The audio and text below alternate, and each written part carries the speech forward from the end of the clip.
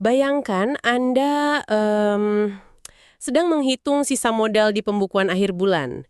Anda ini seorang peternak ya? Dan itu biasanya momen yang paling bikin stres kan? Bener banget. Harga pakan yang mencekik itu pelan-pelan menggerus margin keuntungan Anda. Sampai ke titik nadir lah. Pasti. Margin tipis, pakan terus naik. Nah, lalu tiba-tiba ada seseorang datang menawarkan solusi. Solusi yang secara empiris mampu memangkas biaya pakan Anda hingga 40%. Wah, 40% itu angka yang masif loh. Sangat masif. Dan nggak cuma itu, solusi ini sekalian menyulap peternakan Anda jadi sistem tanpa limbah yang nggak berbau sama sekali. Tapi ada satu syarat. Selalu ada syaratnya ya. Apa tuh? Solusi ini tuh merayap, menggeliat, hidup dari tumpukan sampah basah, dan bagi sebagian besar dari kita sih terlihat sangat menjijikan. Oh, saya tahu kemana arah pembicaraan ini. Iya, hari ini kita nggak lagi bahas teknologi panel surya atau perangkat lunak pertanian. Kita bahas lalat. Dan lebih spesifik lagi, kita membahas transformasi sebuah spesies yang selama ini berstatus cuma sebagai pengurai materi membusuk menjadi aset ekonomi paling bernilai di halaman belakang Anda. Ini tuh pergeseran paradigma ya tentang bagaimana kita mendefinisikan apa itu sumber daya. Oke, mari kita bedah ini. Dalam eksplorasi mendalam kita kali ini, kita udah mengumpulkan tumpukan sumber materi yang sangat komprehensif. Benar, datanya cukup solid sih. Ya, kita melihat data dari jurnal-jurnal ilmiah soal pertanian terpadu, terus ada catatan lapangan dari pemerintah daerah di Jember dan Denpasar, sampai pedoman teknis dari para praktisi di YouTube. Misi bedah materi kita hari ini tuh mengurai secara logis gimana larva dari Black Soldier Fly atau BSF. Yang lebih akrab kita sebut maggot kan? Betul, maggot. Gimana maggot ini sekarang memelopori konsep peternakan mandiri, mewujudkan visi zero waste, dan pada akhirnya menciptakan kebebasan finansial buat Anda, para peternak skala mikro dan menengah. Dan mengurai mekanisme di balik klaim itu tuh hal yang esensial. Maksudnya, kita sering dengar frasa kayak ekonomi sirkular dipakai cuma sebagai jargon kosong ya kan? Iya, kayak cuma buzzword doang. Nah, tapi data yang kita miliki hari ini benar-benar memperlihatkan aplikasi praktisnya yang sangat nyata. Di mana limbah biologis itu nggak lagi jadi biaya operasional yang harus dibuang, melainkan jadi input bahan baku. Masuk akal. Tapi untuk memahami urgensi dari inovasi ini, kita harus lihat langsung ke pendarahan finansial yang dialami peternak saat ini. Latar belakang masalahnya ya. Tepat, kalau Anda pelihara unggas komersial nih, buku besar pengeluaran Anda itu pasti didominasi satu variabel, pakan. 50 hingga 60% komposisi pakan unggas itu sangat bergantung pada jagung. Dan harga jagung kan fluktuatif banget. Benar, sangat rentan sama fluktuasi harga global dan perubahan iklim. Terus di sektor perikanan juga sama aja. Peternak lele sekarang harus ngadepin harga pelet komersial yang bisa menyentuh angka 13.000 sampai 14.000 rupiah per kilogram. Itu mahal sekali. Margin mereka benar-benar terhimpit di antara dua dinding. Di satu sisi, biaya input pakan terus merangkak naik karena rantai pasok global yang panjang. Di sisi lain, harga jual panennya mandek kan? betul, harga ikan atau ayam di pasar sering stagnan karena daya beli konsumen. Jadi peternak menyerap kerugian itu sendirian. Nah, yang sangat menarik di sini adalah bagaimana intervensi biologis berupa maggot BSF ini memotong rantai pasok global tersebut jadi rantai pasok lokal. Bahkan mungkin cuma sejauh radius pekarangan peternak itu sendiri ya. Persis. Dan secara ekonomi, angkanya ini sangat kontras loh. Harga maggot BSF segar di tingkat pembudidaya itu cuma sekitar 8.000 sampai 9.000 rupiah per kilogram. Jauh banget bedanya sama pelet pabrikan tadi ya. Banget. Selisihnya masif. Tapi sebagai seseorang yang menganalisis data empiris, saya harus mempertanyakan trade-off dari penghematan ini. Biasanya kan kalau kita potong harga pakan, asupan nutrisinya juga turun. Ya, ada harga, ada rupa. Biasanya gitu kan? Nah itu, apakah substitusi maggot ini nggak ganggu metabolisme hewan atau malah bikin siklus panen ayam dan ikan Anda jadi lambat? Rasionalisasi Anda itu sangat tepat sih, kalau kita berhadapan dengan pakan alternatif konvensional. Tapi maggot BSF ini punya profil biokimia yang anomali. Kandungan protein kasarnya itu mencapai 35% hingga 45%. Wow, setinggi itu? Setinggi itu. Dan bukan sekedar kuantitas protein ya, tapi kualitasnya. Maggot ini kaya banget akan asam amino esensial, kayak lisin dan metionin. Yang kalau nggak salah itu nggak bisa diproduksi sendiri sama tubuh ikan lele kan? Betul sekali. Tubuh ikan nggak bisa sintesis sendiri, tapi nutrisi itu mutlak diperlukan untuk pembentukan jaringan otot. Oh, jadi maggot ini pada dasarnya nggak sih blok bangunan seluler yang sama persis dengan yang ditawarkan pelet komersial mahal itu dong? Bahkan lebih dari itu loh. Literatur ilmiah yang kita kumpulkan menyoroti keberadaan asam laurat dalam lemak maggot BSF. Asam laurat, apa fungsinya itu? Asam laurat ini punya sifat antimikroba alami. Jadi, dia secara signifikan meningkatkan respons imun pada ikan. Di salah satu uji substitusi parsial di jurnal kita, peternak mencampur 75% pelet dengan 25% maggot hidup. Oke, campuran seperempatnya ya. Terus hasilnya? Hasilnya menunjukkan penghematan biaya pakan sebesar 9,3%, sementara tingkat kelangsungan hidup ikan lelenya tetap sangat tinggi, menembus 90 hingga 95%. Kelangsungan hidup setinggi itu dengan biaya yang lebih rendah. Dan itu baru intervensi 25% loh. Iya, itu baru permulaan. Soalnya ada data lain ya dari program Smart Circular Farming di Desa Windujaya yang mengkalibrasi ulang batas itu. Mereka laporin kalau optimalisasi substitusi pakan ini berhasil nurunin biaya pakan bulanan secara drastis, antara 28–40%. Wah, mengamankan 40% pengeluaran operasional Anda kembali ke dalam arus kas, itu langkah fundamental banget buat capai kebebasan finansial. Benar. Angka 40% itu ngasih peternak ruang bernapas ya. Mereka jadi bisa investasiin modalnya ke pengembangan infrastruktur atau ekspansi, alih-alih cuma bertahan hidup dari bulan ke bulan. Ya, nggak cuma gali lubang tutup lubang ya. Nah, ngebahas volume pakan maggot ini bawa kita ke satu konsekuensi logis. Dari mana sih asalnya makanan buat ngebesarin ribuan atau jutaan maggot berprotein tinggi ini? Ini dia transisinya. Ya, disinilah narasi kita bergeser dari sekedar penyelamatan finansial menuju penciptaan ekosistem agrikultur tanpa limbah atau zero waste. Jika kita hubungkan ini dengan gambaran yang lebih besar, maggot ini sebenarnya bertindak sebagai reaktor biologis. Reaktor biologis? Maksudnya gimana tuh? Jadi mereka mengambil materi organik bernilai rendah yang biasanya jadi polutan lingkungan, ya, dan mengubahnya kembali menjadi protein bernilai tinggi. Oh, saya paham. Kisah nyata dari Desa Tutul di Jember, khususnya peternakan Pak Haji Ansori itu ngasih visualisasi yang sempurna banget soal reaktor biologis ini. Ah ya, saya ingat laporan itu. Kan peternakan ayam petelur itu sering banget identik sama konflik sosial ya. Kotorannya numpuk, bau amonianya nyengat banget, dan jadi magnet buat ribuan lalat hijau yang nyebarin penyakit ke permukiman warga. Itu masalah klasik peternak di mana-mana sih. Betul. Tapi Haji Ansori ini merancang sistem integrasi vertikal yang elegan banget. Jadi, di bawah kandang ayam petelur bersistem baterai itu, beliau memadatkan tanah dan menjadikan area tersebut sebagai kolam budidaya maggot. Sebuah desain spasial yang sangat cerdas dan efisien. Jadi kotoran unggas dan sisa pakannya itu jatuh akibat gravitasi, langsung masuk ke zona makan larva BFF ya. Persis, langsung jatuh ke mulut maggotnya. Dan dampaknya ke lingkungan sekitar tuh luar biasa. Bau nggak sedap yang biasanya kecium dari jarak puluhan meter, hilang. Langsung hilang.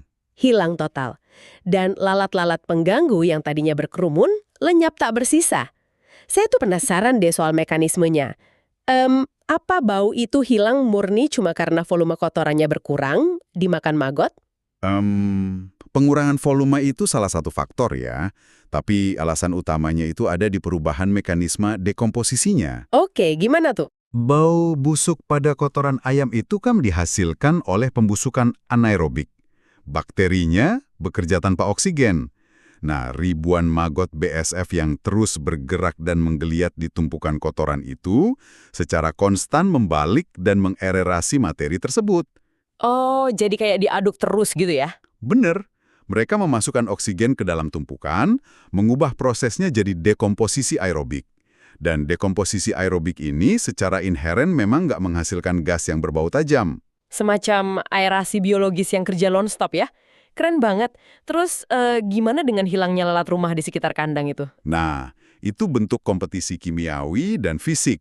Larva BSF mengubah struktur fisik kotorannya jadi lebih cair atau lebih kering tergantung kepadatannya ya, yang bikin area itu nggak ideal buat telur lalat rumah menetas. Wah, maggotnya merusak tempat main lalat lain. Ya, dan selain itu, ada indikasi kalau BSF ini ngeluarin senyawa kimia tertentu yang bertindak sebagai deteren atau penolak. Jadi lalat jenis lain itu enggan bertelur di area yang sama. Gila, sanitasi otomatis. Inovasi akar rumput kayak gini nih yang melahirkan model yang di literatur disebut sistem AMIS. Ayam, maggot, ikan, sayur. Atau di beberapa daerah disebut model Panggoji. Itu benar-benar rantai kehidupan yang saling mengunci kan? Iya, limbah ayam jadi pakan maggot. Maggot dipanen buat ngasih makan ayam dan ikan. Nah, di sini ada elemen yang menurut saya menarik banget. Soal air dari kolam ikan lelenya. Yang pakai sistem bioflok itu ya? Betul, sumber kita nyebutin penggunaan bioflok, gimana tuh penjelasannya? Sistem bioflok itu metodologi di mana mikroorganisme dalam air kolam diolah kembali jadi gumpalan nutrisi, atau vlog. Nah, vlog ini dimakan kembali sama ikannya. Sistem ini bikin air kolamnya sangat padat materi organik terlarut dan nitrogen dari kotoran ikan. Dan air kaya nitrogen itulah yang disedot terus dipompa buat ngairi instalasi sayuran hidroponik di sebelahnya. Benar sekali. Akar tanamannya nyerap nitrat itu sebagai pupuk dan secara bersamaan nyaring airnya jadi bersih lagi sebelum dikembaliin ke kolam ikan. Siklus hara yang tertutup rapat, nggak ada yang kebuang. Dan di luar pakan hewani dan air bernutrisi itu, ada satu subproduk padat yang ditinggalkan sama reaktor maggot ini, kasgot. Kasgot, kependekan dari bekas kotoran maggot ya? Iya, bekas kotoran dari serangga yang memakan kotoran. Kedengarannya sih nggak begitu menjanjikan ya, sampai kita baca data agronominya. Jangan salah, kasgot ini salah satu bentuk pupuk organik terbaik yang bisa Anda aplikasikan ke tanah. Proses pencernaan dalam usus BSF itu memecah molekul organik kompleks. Residu yang ditinggalkan itu sangat kaya akan mikroba menguntungkan dan juga unsur hara makro kayak nitrogen, fosfor, dan kalium. Wow, di jurnal yang kita bahas, ada uji spesifik kasgot ini pada budidaya cabai merah keriting kan? Ya, Capsicum annum L. Penelitian itu nyari takaran presisi buat dapat hasil panen maksimal. Dan mereka nemuin kalau dosis optimumnya itu mencampur 100 gram sampai 150 gram kasgot ke dalam 500 gram media tanam dasar. Betul, pada rasio tersebut, tanaman merespon dengan sangat optimal. Tinggi batang, kerapatan daun, dan intensitas warna hijaunya itu mencapai titik puncak. Karena kasgot ini memperbaiki porositas tanah ya, jadi akar tanamannya bisa bernafas dan nyerap air jauh lebih efisien. Buktinya kartelomile ekonomi dari BSF ini tuh berlapis-lapis. Makanya nggak heran kalau komunitas mulai memodifikasi struktur sosial mereka di sekitar sistem ini. Kayak kelompok tani ternak Tui Jati di Lombok. Ah, yang bikin Bang Feses itu ya? Iya, mereka melembagakan konsep itu. Itu sih benar-benar pergeseran semantik dan ekonomi yang brilian. Mengumpulkan limbah yang tadinya bikin warga desa protes, ditabung kolektif di satu fasilitas, lalu diubah jadi media budidaya. Mereka secara harfiah mencetak mata uang baru yang memutar roda ekonomi lokal. Sangat inspiratif. Tapi nih ya, supaya Anda yang mendengarkan ini bisa menduplikasi kesuksesan tersebut, kita perlu bedah dulu biologi dari aktor utamanya. Soalnya BSF ini sama sekali nggak punya kesamaan perilaku sama lalat rumah yang biasa kita lihat nemplok di meja makan. Sama sekali berbeda. Secara taksonomi dan ekologi, Hermetia illucens atau lalat tentara hitam ini punya siklus hidup yang terfragmentasi. Fungsinya sangat spesifik di tiap fasenya. Mari kita petakan siklus waktunya. Seekor BSF betina dewasa itu bisa meletakkan 500 hingga 900 butir telur dalam satu fase reproduksi. Sangat produktif. Lalu, telur ini menetas dalam 3-4 hari, jadi larva fase awal.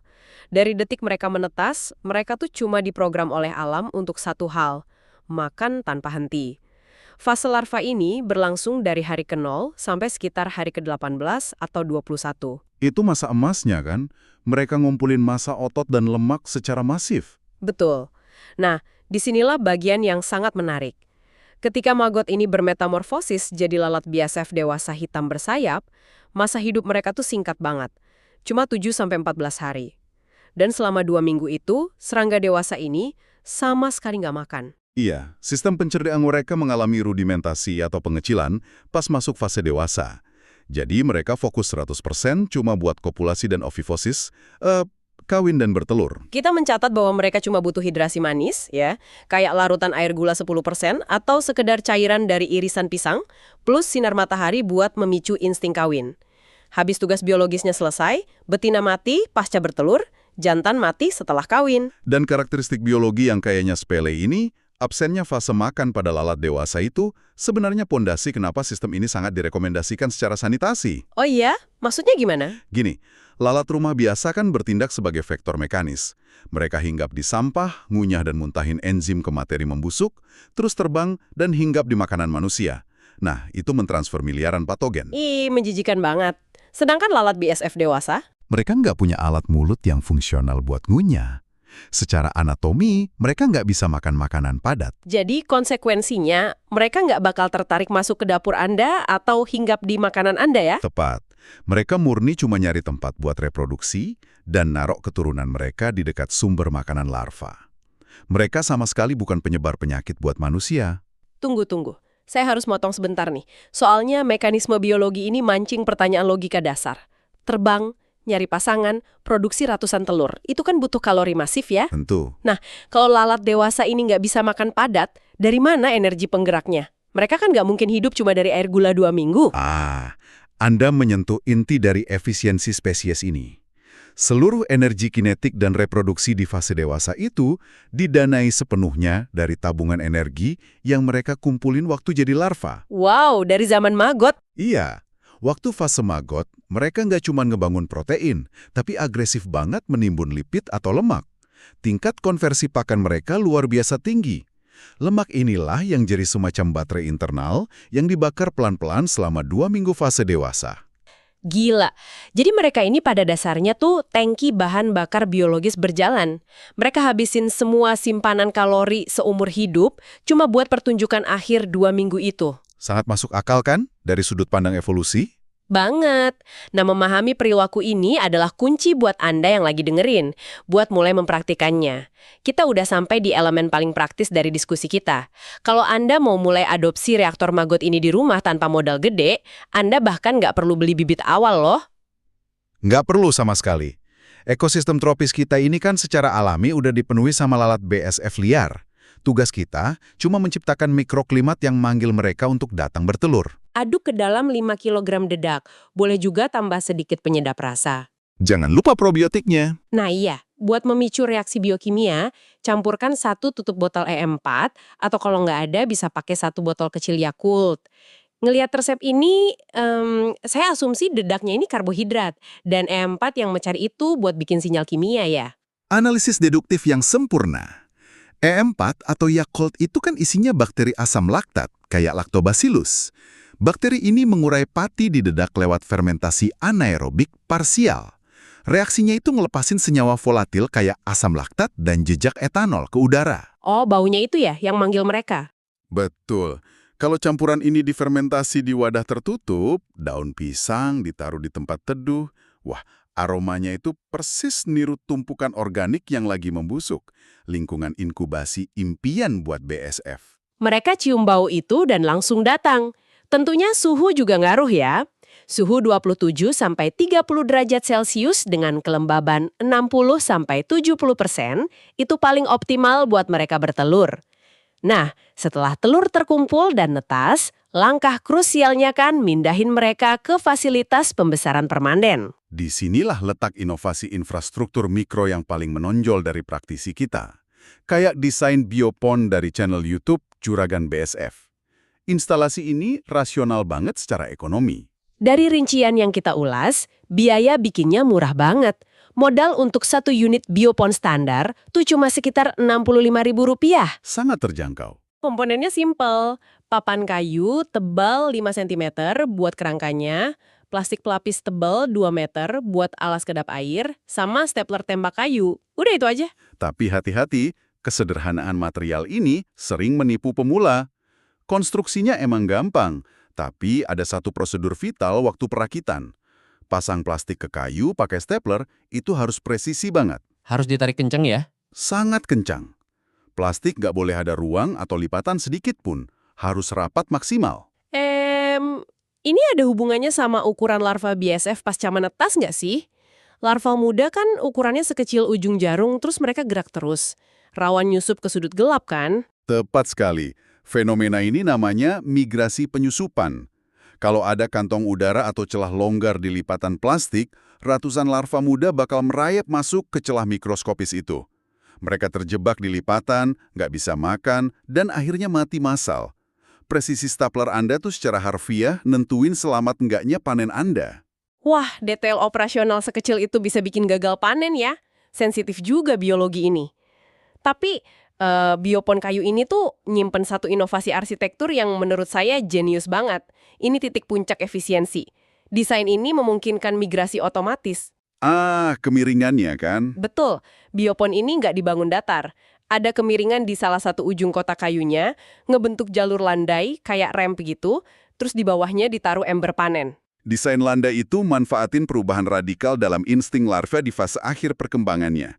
Kan tadi kita bahas panen itu di sekitar hari ke-18. Ya, pas biomasa dan protein mereka lagi maksimal. Nah, di titik itu, maggot yang tadinya putih kekuningan bakal bertransisi masuk fase prepupa. Warnanya jadi hitam kecoklatan karena eksoskeletonnya menebal. Dan yang paling penting, saluran pencernaan mereka berhenti operasi. Mereka nggak mau makan lagi. Nggak mau. Mereka nggak lagi butuh sampah basah. Sebaliknya, insting neurologis mereka memprogram untuk secara aktif menghindari kondisi basah. Mereka nyari tempat kering dan gelap buat jadi kepompong. Oh, jadi mereka kayak ngembangin fobia gitu sama rumahnya sendiri? Bener. Insting ini yang maksa ribuan prepupa hitam itu buat merayap naik, manjat dinding kayu yang landai tadi, ninggalin tumpukan kompos basah, dan Hap! Meluncur jatuh dengan sendirinya ke dalam ember panen yang udah kita siapin. otomatisasi panen berbasis perilaku biologis. Anda nggak perlu capek-capek nyaring manual bisain larva dari sisa kotoran. Gila. Jadi apa arti dari semua ini? Ini tuh pencapaian tertinggi dari efisiensi. Anda kasih mereka makan limbah yang nilainya 0, si serangga ngubah limbah itu jadi protein mahal buat mangkas biaya pakan Anda. Dan di hari ke-18, komoditas ini secara harfiah nyortir dan masukin dirinya sendiri ke keranjang panen Anda. Passive income biologis yang sesungguhnya. Alam itu udah memprogram efisiensi ini selama jutaan tahun evolusi. Kita aja yang baru nyadar gimana manfaatinnya pakai infrastruktur kayu 65 ribuan. Wow, melacak alur diskusi kita hari ini benar-benar ngasih kepuasan analitis yang luar biasa. Kita mulai dari akar masalah ekonomi peternak soal harga jagung dan pelet, terus kita bongkar solusi dari larva BSF dengan asam amino dan penambah imunnya. Nggak lupa soal zero waste tadi ya. Betul. Kita bahas aerasi maggot yang ngilangin bau, ngubah limbah jadi pupuk kasgot yang bagus buat tanah, sampai siklus hidroponik bioflok yang mandiri. Terakhir, kita bahas resep atraktan probiotik dan biopon pinter yang bisa panen sendiri. Dan resolusi teknis ini nggak cuma mecahin masalah pakan unggas atau sanitasi aja. Ini memunculkan satu pertanyaan penting mengenai perspektif ekologis kita. Pertanyaan kayak apa tuh? Jika salah satu krisis terbesar kita kayak numpuknya limbah organik dan mahalnya harga pakan global bisa diselesaikan cuma lewat rekayasa sederhana spesies lalat yang dulunya kita anggap hama nggak berguna, ini nuntut kita introspeksi. Introspeksi gimana? Siklus biologi tersembunyi apalagi yang sekarang lagi operasi diam-diam di pekarangan kita? Spesies hama apalagi yang secara arogan kita semprot pestisida tiap hari, padahal di dalam tubuhnya mereka pegang kunci buat beresin krisis ekologi kita di masa depan? Wah, konklusi yang benar-benar menggugah dan menampar arogansi kita sebagai manusia. Alam tuh ternyata selalu selangkah lebih maju ya dalam mendesain sistem daur ulang yang sempurna. Kitanya aja yang butuh waktu terlalu lama buat baca manual penggunaannya. Benar sekali. Teruslah mengamati ekosistem di sekitar Anda, dan jangan pernah ragu untuk mempertanyakan setiap dogma soal apa yang dianggap bernilai dan apa yang dianggap sampah. Terima kasih udah bergabung dalam bedah materi kita hari ini. Sampai jumpa di eksplorasi mendalam kita selanjutnya.